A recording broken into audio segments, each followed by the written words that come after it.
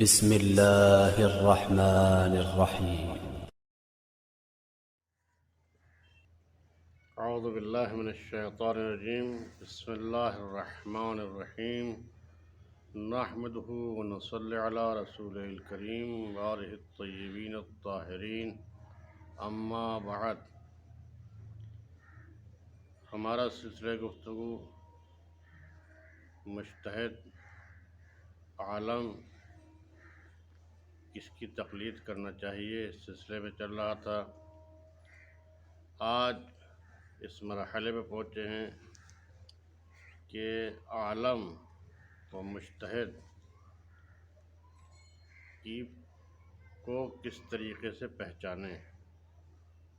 پہچاننے کا طریقہ کیا ہے، ہمیں کیسے معلوم ہو کہ یہ عالم ہے، یہ مجتہد ہے، اس کی تقلید کرنا صحیح ہے.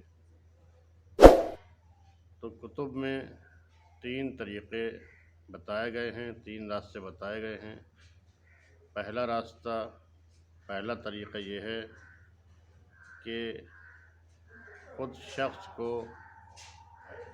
علم ہو، اتنا علم ہو، وہ مجتہد ہو اور اس میں اتنی صلاحیت ہو کہ وہ عالم کو، مجتہد کو تشخیص دے سکتا ہو. تو ایسی صورت میں جب وہ خود تشخیص دے سکتا ہے تو وہ خود تشخیص دے گا کہ یہ عالم ہے یا یہ مجتہد ہے. دوسرا راستہ، 2 مجتہد یا عالم دین کسی بھی شخص کے بارے میں کہیں کہ یہ مجتہد ہے، یہ عالم ہے، اس کی تقلید کرنا صحیح ہے. تیسرا مرحلہ یہ ہے کہ کوئی ایسا شخص جو قابل اطمینان ہو، قابل تصدیق ہو، ہمیں اس پہ بھروسہ ہو، وہ یہ کہے کہ ہاں یہ شخص عالم ہے، اس کی آپ تقلید کر سکتے ہیں، یہ مجتہد ہے، اس کے فتووں پر عمل کر سکتے ہیں. تو یہ 3 طریقے ہیں مجتہد کو پہچاننے کے اور مجتہد کے فتوے پر عمل کرنے کے. اب مرحلہ یہ پہنچتا ہے کہ اس کے فتویٰ، اس کے احکامات کیسے حاصل ہوں. مجتہد کی ہم نے تقلید کی، اب اس مجتہد کے احکامات کیسے حاصل ہوں. کہہ رہے ہیں احکامات حاصل کرنے کے لیے 4 طریقے ہیں. پہلا طریقہ یہ ہے کہ ہم خود اس مجتہد سے، اس عالم سے سنیں احکامات کو. دوسرا طریقہ یہ ہے کہ 2 عالم دین، عادل عالم، اس کے فتوے کو بیان کریں.